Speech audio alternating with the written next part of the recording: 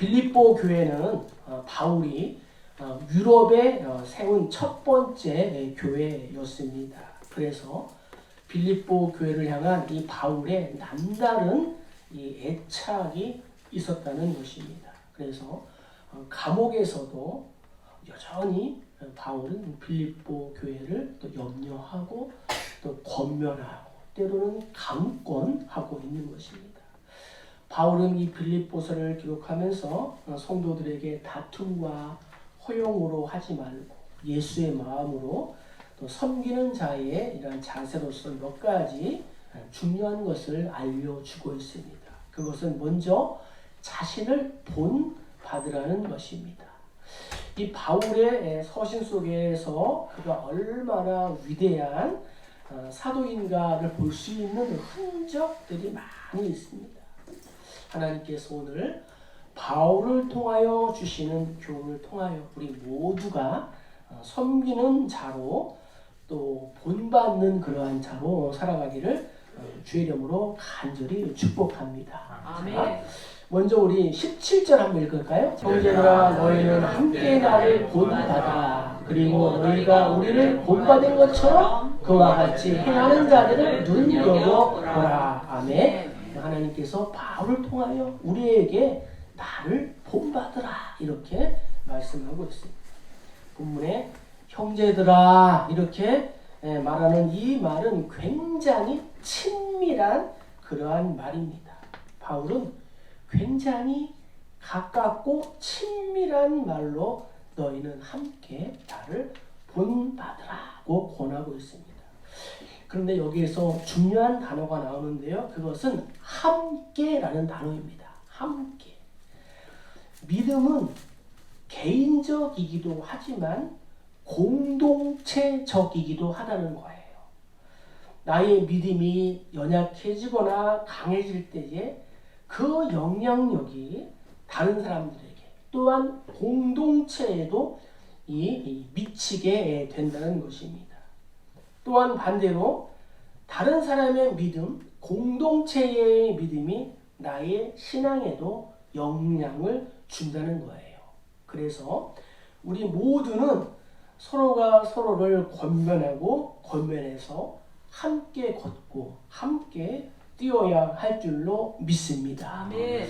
그래서 믿음 생활, 신앙 생활에는 독불 장군이 없고 자수성가한 사람도 없는 것입니다. 우리의 모습이 지금 이만큼이라도 유지되고 있는 것은 하나님께서 우리에게 붙여주신 하나님의 사람들, 또 믿음의 형제 자매, 또 동역자들이 있기 때문인 줄로 믿습니다. 네, 저는 그렇게 생각하고 그렇게 고백하고 그렇게 믿고 있습니다. 나를 본받으라 라는 이 말은 내가 그리스도를 본받는 것 같이 너희도 나처럼 예수 그리스도를 본받으라 하는 뜻입니다. 그런데 이 말은 아무나 할 수 없는 말이며 또한 아무에게나 할 수 없는 그러한 말이라는 거예요. 자, 우선 이 본이란 말에는 이런 뜻이 있습니다. 못자국과 같은 타격에 의하여 남겨진 자국. 우리가 못을 벽에 박으면은 못자국이 있지 않습니까? 이 강한 타격에 의한 상처를 말하는 거예요. 이게 바로 본이라는 거예요. 바울은 이 단어를 즐겨 사용했다는 거죠. 빌립보서뿐만 아니라 바울의 서신을 보면은 나를 본받으라라는 말씀이 나와 있다는 거죠. 우리 몇 군데만 한번 살펴보겠습니다. 자, 먼저 로마서 한번 읽겠습니다. 하나님께 감사하리로다. 너희가 본래 죄의 종이더니 너희에게 전하여 준 바 교훈의 본을 마음으로 순종하여 이러한 일은 우리의 본보기가 되어 우리로 하여금 그들이 악을 즐겨한 것 같이 즐겨하는 자가 되지 않게 하려 함이니 그러므로 너희가 마게도냐와 아가야에 있는 모든 믿는 자의 본이 되었느니라. 아멘. 바울이 교만하고 때로는 방자에서 나를 본받으라는 이 말을 하고 있는 것이 아니라는 거죠. 적어도 자신은 부르신 하나님에 대한 확실한 믿음을 가지고 있었습니다. 또한 하나님의 부르심에 따른 것에 대한 이 긍지를 가지고 있었다는 것입니다.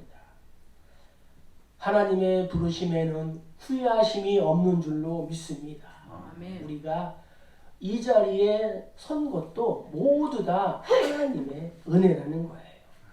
그래서 바울은 모든 사람들에게, 아니 빌립보 교회 성도들에게, 사랑하는 우리 교회 모든 성도님들에게 예수님이 걸어가신 그 길, 자신과 같은 길에 들어서도록 직접적으로, 때로는 서신으로 전도하면서 오늘까지 이르게 되었습니다. 바울은 자신이 선택한 이 길이 한 점 후회도 없고 부끄러움도 없는 감사와 찬양의 길이었다는 것을 오늘 고백하고 있는 것입니다. 어떠한 사람이 상대방에게 자신을 본받으라 라고 할 수 있겠습니까? 오늘날 나를 본받으세요 라고 당당하게 말할 수 있는 사람이 누가 있겠습니까? 그런데 바울이 어떻게 이러한 말을 합니까? 그것은 바울이 하나님의 손에 붙잡혀 그 길을 걸어간다는 자부심이 있었기 때문이라는 거예요. 그래서 바울은 왕 앞에서도 자신이 이 사슬에 매인 것 외에는 나와 같이 되기를 바란다고 고백하고 있습니다. 바울이 이르되 말이 적으나 많으나 당신뿐만 아니라 오늘 내 말을 듣는 모든 사람도 다 이렇게 결박된 것 외에는 나와 같이 되기를 하나님께 원하나이다 하니라. 아멘. 이 말을 왕 앞에서 했다는 거예요. 적어도 성도인 우리 모두가 자신이 하는 일에 이 정도의 확신은 가지고 있어야 될 줄로 믿습니다. 아멘. 나를 본받으라고 말할 수 있어야 하고 나를 따르라고 말할 수 있는 데까지 우리가 나아가야 될 줄로 믿습니다. 아멘. 불신자를 향해서 나를 본받으라 이렇게 말할 수 있어야 합니다. 그들을 영적인 가난으로 이끌 영적인 성도로서 그들보다 우리가 구별되고 거룩한 생활, 또 때로는 뛰어난 생활, 자신을 본받으라고 할 수 있는 이 생활을 해야 될 줄로 믿습니다. 아멘. 오늘날 한 명을 전도한다는 것이 얼마나 또 어렵고 힘든지 모릅니다. 그 사람을 위하여 얼마나 많은 시간과 또 물질과 정성을 투자해야 됩니까? 그런데 전도하기는커녕 아직도 어린아이와 같이 자신의 신앙도 제대로 지키지 못하는 그러한 사람들이 있다는 것입니다. 바라기는 사랑하는 우리 모든 성도님들만이라도 바울처럼 나를 본받으라고 말하며 삶으로 증거할 수 있는 우리 모두가 되시기를 주의 이름으로 축복합니다. 아멘. 유아기적인 이 신앙의 자리에서 우리가 나서 정말 새 신자가 아닌 헌신자의 삶으로 우리가 한 걸음 나아가야 될 줄로 믿습니다. 아멘. 그래서 내가 하나님을 본받고 이렇게 복받은 것을 보라. 내가 하나님을 믿고 이렇게 변화받은 것을 보라 라고 간증할 수 있는 우리 모두 다 되시기를 주의 이름으로 간절히 축복합니다. 아멘. 두 번째는 18절 한번 읽겠습니다. 내가 여러 번 너희에게 말하였거니와 이제도 눈물을 흘리며 말하노니 여러 사람들이 그리스도의 십자가의 원수로 행하느니라. 하나님께서 오늘 바울을 통하여 우리들에게 말씀하시기 눈물이 있어야 한다 라고 말씀하고 있습니다. 빌립보서는 기쁨의 서신이 바울은 감옥에 있을지라도 몸과 마음의 자세를 조금 더 흐트리지 않고 빌립보 교회 성도들에게 그리스도인으로서 누려야 할 이러한 참 기쁨에 대하여 전합니다. 그리고 자신의 삶이 제물에 포도주를 부어서 그 향기를 하나님께 드리는 전제와 같다고 할지라도 기뻐하고 기뻐하겠다고 고백했습니다. 그런데 오늘 본문에서 바울은 지금 눈물을 흘리고 있다라고 말하고 있습니다. 눈물을 흘린다는 것은 심한 고통을 느끼며 소리를 내어서 우는 모습을 표현하는 말입니다. 그러니까 바울이 감옥에서 빌립보 교회 성도들을 향하여 애끓는 심정으로 어떻게 해요? 눈물을 흘리며 권면하고 있다는 것입니다. 바울의 눈물은 감옥에 갇힌 자신의 신세를 한탄하거나 또 원망의 눈물이 아니었습니다. 무엇이 바울을 그토록 고통스러운 눈물을 흘리게 했는지 이렇게 증거합니다. 바울은 눈물로 이 편지를 쓰고 있는 거예요. 바울은 겉으로는 강해 보여도 속으로는 유한한 면도 있었습니다. 고린도 성도들에게는 때로는 엄하게 꾸짖는 편지를 썼습니다. 고린도 교회 성도들, 너희가 하나님으로부터 가장 많은 은사를 받았는데 왜 서로 다투고 자랑하고 있느냐. 그러면서 뭐라 그랬어요? 믿음, 소망, 사랑, 이 세 가지는 항상 있을 것인데 그 중에 제일은 사랑이다. 이렇게 말했다는 거죠.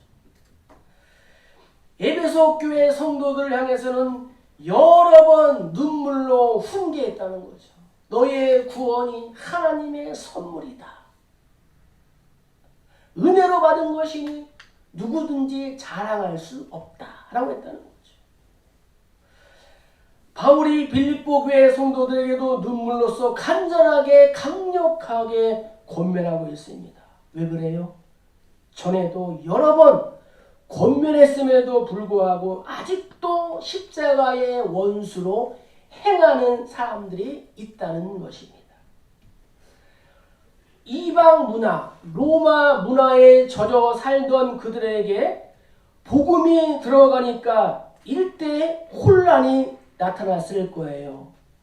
내가 정말 그전에는 방종과 사치와 교만과 자랑으로 살았는데 이 복음이 들어와서 내가 구별된 삶, 또 거룩한 삶, 성별한 삶을, 제한된 삶을 살아야 한다니 얼마나 복음이 자신들에게 거치는 돌과 같았을까요?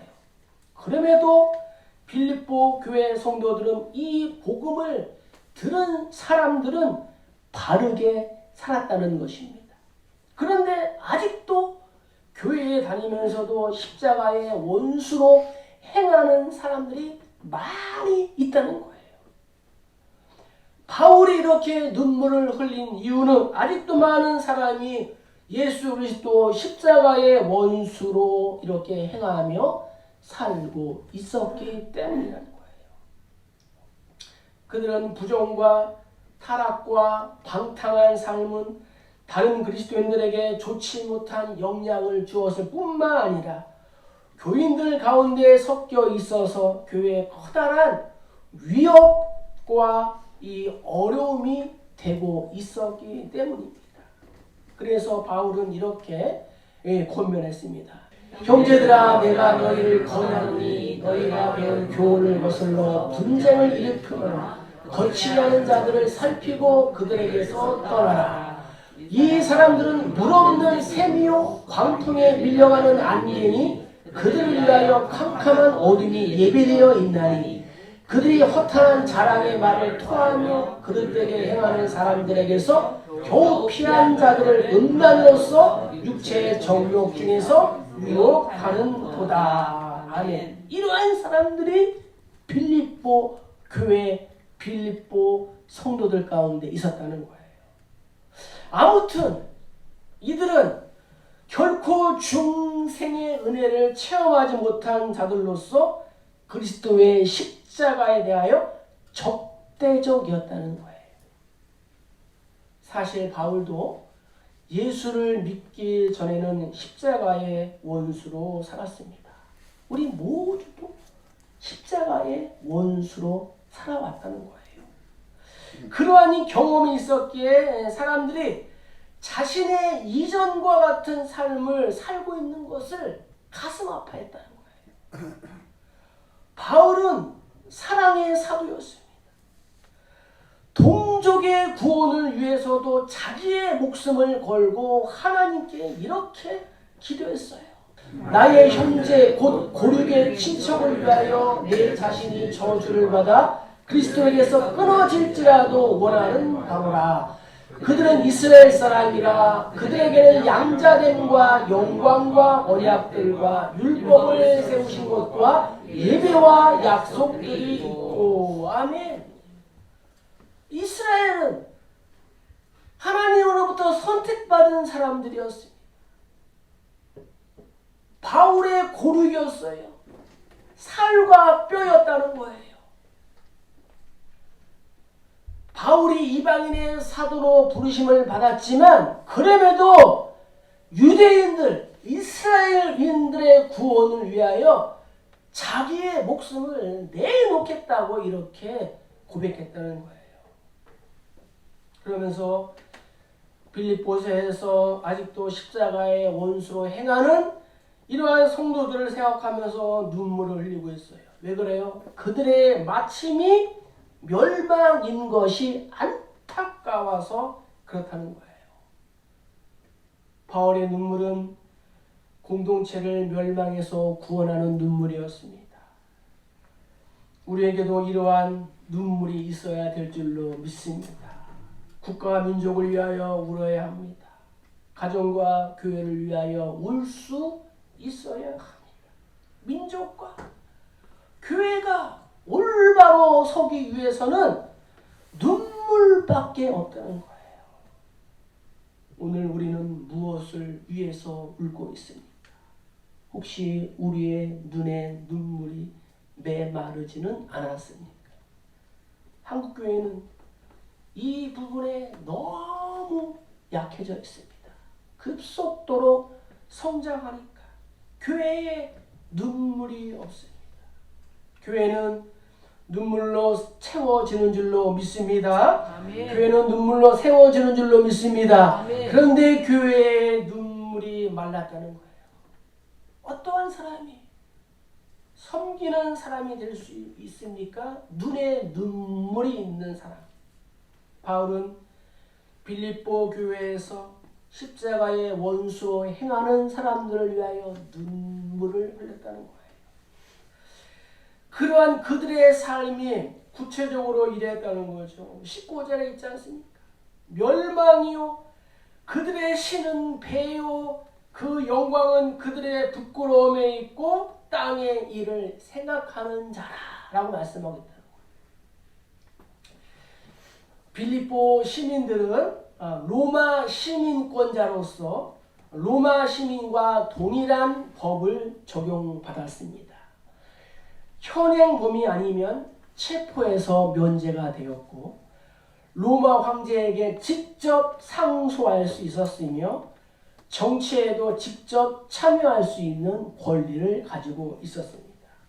그런 것들이 그에게 큰 자랑이었습니다.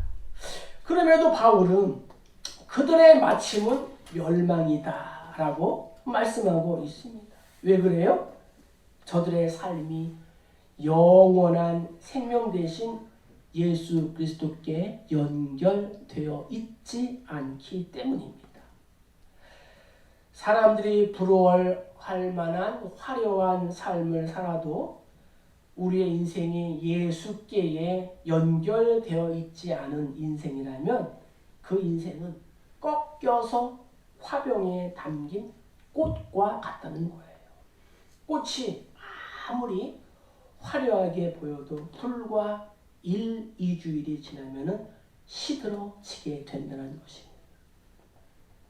십자가의 원수로 살아가는 사람들, 자신의 배를 자기의 신으로 삼았다는 거예요. 이 말씀은 육체의 정욕을 제어하는 대신에 탐식하는 일과 방종하는 일에 내 몸을 맡겼다는 거예요. 그들은 본능적이고 감각적인 이 본성을 숭배했다는 거예요. 그들은 먹고 마시는 것을 자신들의 목적으로 삼았다는 것입니다.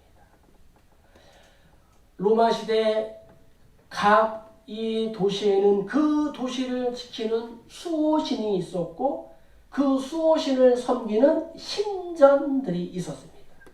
그리고 신전에는 신들을 섬기는 여사제들이 있었는데 그들은 대부분 공창과 같았습니다. 그들은 사제들과 다산과 풍년을 기원하기 위하여 제사를 드릴 때에 매춘 행위를 했습니다. 그래서 그렇게 번 돈을 신전에 바치는 것을 자랑했다는 거예요. 그렇게 사는 이들의 결국은 멸망이라는 거예요. 그들을 어떻게든 구원해야 되지 않겠습니까? 죽음의 길로 달려가는 이들을 보면서 안타까운 마음이 있어야 되지 않겠습니까? 그리로 가면 안 된다고 눈물을 흘리며 호소해야 하지 않겠습니까? 우리 모두의 마음속에 영혼을 사랑하는 마음이, 영혼을 위하여 눈물을 흘리는 마음이 있어야 할 줄로 믿습니다. 아멘. 예레미야는 멸망해 가는 자신의 조국 예루살렘의 이 운명을 보고 이렇게 슬퍼했다는 거예요. 슬프고 아프다. 내 마음속이 아프고 내 마음이 답답하여 잠잠할 수 없으니 이는 나의 심령이 나팔 소리와 전쟁의 경보를 들음이로다. 아멘. 예수님도 망해져가는 예루살렘을 보면서 우셨어요. 대답하여 이르시되 내가 너에게 말하노니 만일 이 사람들이 침묵하면 돌들이 소리를 지르리라 하시니라. 가까이 오사 성을 보시고 이시니라. 할렐루야. 이제는 우리가 영적인 바울로서 영적인 예루살렘 예레미야로 예수님의 작은 제자로 우리가 울어야 할 그러한 차례인 줄로 믿습니다. 아멘. 예수 그리스도의 남은 고난을 우리의 육체에 채워야 되지 않겠습니까? 공동체를 위해서 긍휼의 눈물, 의로운 눈물을 흘리는 우리 모두 되기를 주의 이름으로 간절히 축복합니다. 아멘. 자, 이제 세 번째 20절을 한번 읽겠습니다. 그러나 우리의 시민권은 하늘에 있는지라 거기로부터 구원하는 자 곧 주 예수 그리스도를 기다리노니. 아멘. 오늘 하나님께서 바울을 통하여 우리에게 너희는 하늘에 시민권이 있지 않느냐, 하늘의 시민권으로 우리가 만족하라, 이렇게 말씀하고 있습니다. 사람은 자신이 소망하는 대로 살아갑니다. 가수가 되고 싶은 사람은 노래하는 사람을 보면은 지대한 관심을 보이게 될 것입니다. 또 미술하는 사람은 유명한 화가의 작품만 보아도 부러워합니다. 과학자가 되고자 하는 자녀들은 과학 경진대회나 또 과학 전람회가 있다 하면은 어떻게 해요? 귀가 쏠깃합니다. 왜 그렇습니까? 그것에 관심이 있기 때문입니다. 지금 중국 항저우에서 이제 19회 아시안 게임을 하고 있습니다. 여러분들도 한두 번은 이 중계 방송을 보았을 거예요. 어제 축구도 일본에 2대1로 이기고, 야구도 대만에게 2대0으로 이기고, 특별히 우리 배드민턴의 우리 안세영 선수가 정말 이 중국의 그 항저우가 그 선수의 고향이래요. 그 선수의 고향의 그 선수를 우리 안세영 선수가 2대1로 이겼는데, 안세영이 5살 때에 아버지 어머니 이 배드민턴 치는데 따라가고 하다 보니까 이렇게 선수가 되어서 금메달을 땄다라고 울면서 이렇게 방송 인터뷰하는 것을 보았습니다. 자신들이 바라는 것이 있다는 거예요. 비그리스도인들은 땅의 일에 관심을 가지고 있습니다. 왜냐? 거기 묻혀 살아야 하기 때문에. 그래서 어떻게 해요? 땅의 것을 생각합니다. 그런데 성도인 우리의 시민권은 하늘에 있는 줄로 믿습니다. 땅에서 살고 있지만 우리는 하늘을 바라보고 사는 사람이라는 거예요. 따라서 우리가 하늘에 소망을 두고 하늘의 일에 우리가 관심을 둬야 할 줄로 믿습니다. 20절에 우리의 라는 단어가 중요해요. 우리라는 말은 강조적인 의미로 참된 성도들을 가리키고 있습니다. 빌립보 시민들이 비록 로마로부터 멀리 떨어져 있어도 여전히 로마 제국에 속해 있어서 로마 시민으로서의 특권을 누리는 것처럼 빌립보 성도들은 땅에서 외국인과 나그네처럼 산다 할지라도 하늘의 시민권자라는 거예요. 바울은 빌립보 성도들에게 비록 지금은 우리가 지상에서 살고 있지만 너희는 하늘의 시민권을 가진 자들이기 때문에 육체의 정욕과 안목의 정욕과 이생의 자랑이 아닌 하늘나라의 시민으로서 합당한 모든 책임과 의무를 기쁘게 감당해야 된다라고 눈물로 호소하고 있는 것입니다. 우리 역시도 우리의 시민권이 하늘에 있다는 것을 결코 잊어서는 안 될 줄로 믿습니다. 아멘. 우리의 삶은 하나님 나라에 합당한 삶이어야 합니다. 로마의 시민권자는 로마 황제가 책임을 지지만 아니요, 로마 황제가 다 책임질 수가 없습니다. 왜? 그 로마도 망했기 때문에. 하지만 하나님 나라의 시민권자는 하나님께서 책임져 주시는 줄로 믿습니다. 아멘. 로마 황제는 유한하기 짝이 없지만 우리 하나님은 무한하시며 영원하신 줄로 믿습니다. 아멘. 더군다나 바울은 뭐라고 그래요? 거기로부터 하늘로부터 구원하는 자 곧 주 예수를 기다린다 라고 이렇게 고백하고 있지 않습니까? 우리 모두도 종말의 시대를 살고 있지만 마라나타 아멘 주 예수의 어서 오시옵소서, 예수님을 우리가 바라고 소망하고 기대하는 성도님들인 줄로 믿습니다. 아멘.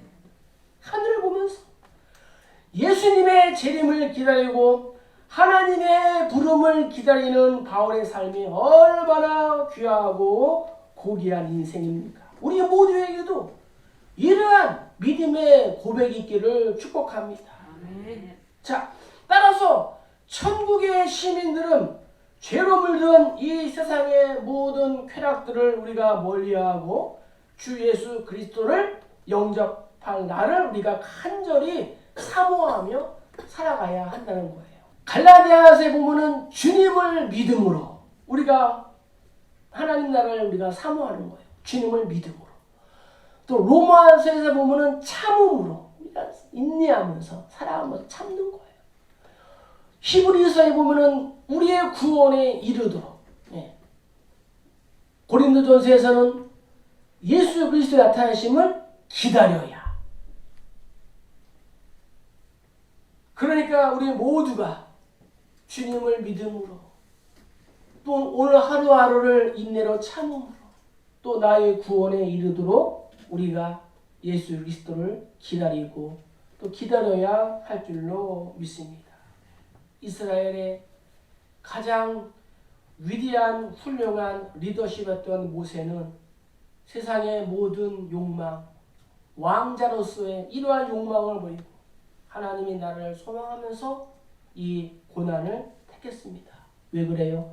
하늘의 시민권이 귀한 것을 알았기 때문이라는 것입니다. 그래서 애굽의 모든 영화보다 하나님의 백성과 함께 고난 받기를 더 좋아했다는 거예요. 우리의 시민권이 하늘에 있는 줄로 믿습니다. 아멘. 교회를 바로 섬기고 세상에서도 성실하게 사는 우리 모두가 되어야 된다는 것입니다. 아멘. 말씀을 정리합니다. 오늘 하나님께서 바울 통하여 우리들에게 말씀하십니다. 나를 본받으라. 우리 모두가 우리 각자가 또 상대방에게 세상을 향하여 나를 본받으라. 이렇게 말할 수 있어야 합니다. 그리고 우리에게 의로운 눈물이 있어야 합니다. 하나님 나라의 시민권자라는 것을 우리가 기억해야 합니다.